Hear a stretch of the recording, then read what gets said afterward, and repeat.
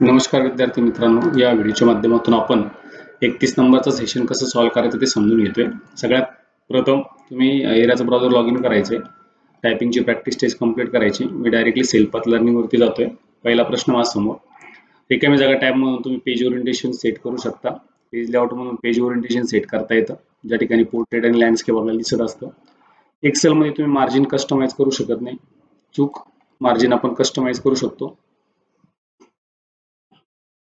Page margin change करण्यासाठी मार्जिनला select करण्यासाठी तुम्ही कुठला मेनू निवडला, पेज लेआउट्स।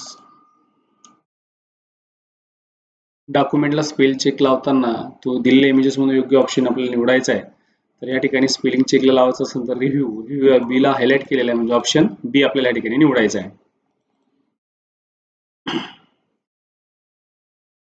नॉलेज चेकला आपण जातोय, स्टार्ट बटनावरती क्लिक करतोय आपण। नेक्स्ट, PMY वेबसाईट कोणता वेब ॲड्रेस आहे, पहिल्या नंबरची वेबसाईटला क्लिक करायचे। PMY करायसाठी कोण पात्र आहेत, भागीदारी संस्था, मालकी संस्था आणि व्यक्ती। मुद्रा लोन कर्जदार अन्य कोणत्याही आर्थिक संस्थेचा रिकामी जागा असता कामा नये, कर्ज बुडवे असता कामा नये, म्हणजे सिबिलचा रिपोर्ट चांगला निघणं आवश्यक आहे। मुद्रा लोन्स पुढीलपैकी कोणती सामाजिक सुधारणा घडण्यास कारणीभूत ठरते, उत्पन्न मिळवणे, रोजगार निर्मिती करणे। मुद्रा लोनच्या पुढीलपैकी कोणती श्रेणी असतात, शिशु, किशोर आणि तरुण। अशा पद्धतीने नॉलेज चेक नेक्स्ट आपण एंड करतोय।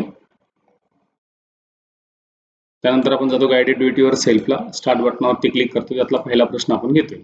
दिलेल्या एक्सेल टेम्पलेट मधील सीट नंबर 3 ला आपल्याला जायचं आहे। एक्सेलच्या टेम्पलेट मधील 3 नंबरचे सीट आणि 3 नंबरच्या रोला आपल्याला जायचं आहे आणि त्याला रॅप टेक्स्ट करायचे। तर रॅप टेक्स्ट नावाचा ऑप्शन आहे, रॅप टेक्स्टला क्लिक करायचे, सबमिट बटनावरती क्लिक करायचं।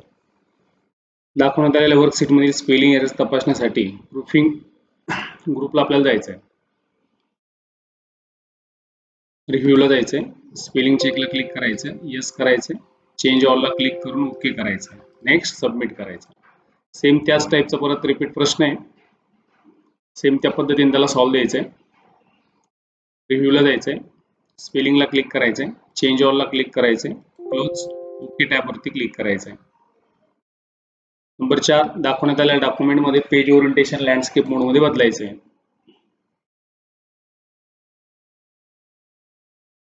पेज लेआउटला जायचंय, ओरिएंटेशनला क्लिक करायचंय, लँडस्केपला क्लिक करून बाजूला क्लिक करून सबमिट करायचंय।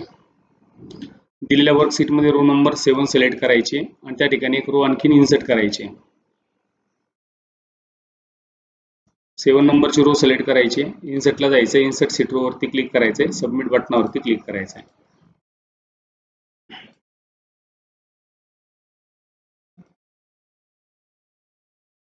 प्रोसेस पुढे तुम्हाला कंप्लीट करता येईल। डायरेक्ट मी सिम्युलेशनच्या क्वेश्चनला जातोय, स्टार्ट बटनावर क्लिक करतोय। पहिला प्रश्न, बॅकग्राऊंडचा वापर करून तुम्ही एक्सेल शीटला सुंदर बॅकग्राऊंड ऍड करू शकता। तुमच्या एक्सेलच्या शीटच्या बॅकग्राऊंडसाठी रोज हे चित्र आपल्याला निवडायचं आहे। पेज लेआउटला जायचंय, बॅकग्राऊंडला क्लिक करायचंय, फ्रॉम फाईलला क्लिक करायचंय, रोज बॅकग्राऊंड निवडायचंय, ओपन टॅब।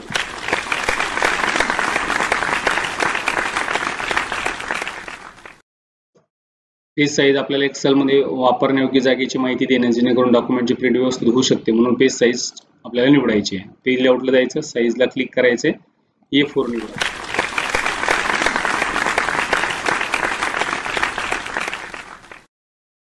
एकाच क्लिक मध्ये संपूर्ण वर्कशीटचा फॉन्ट बदलणे अतिशय सोपे आहे। त्यासाठी पेज लेआउट टॅबचा वापर करून संपूर्ण वर्कशीटचा फॉन्ट बदला।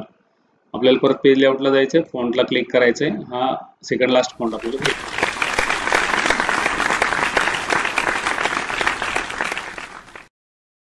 MS एक्सेल वापरकर्त्याला 2 प्रकारचे पेज ओरिएंटेशन प्रदान करते। त्यामधलं आपल्याला लँडस्केप निवडायचं, पेज लेआउटला जायचं, ओरिएंटेशनला क्लिक करायचं।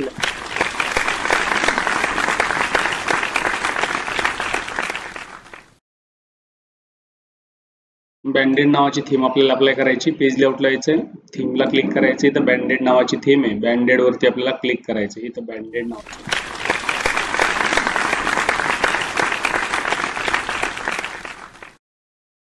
एंड करतोय आपण याला।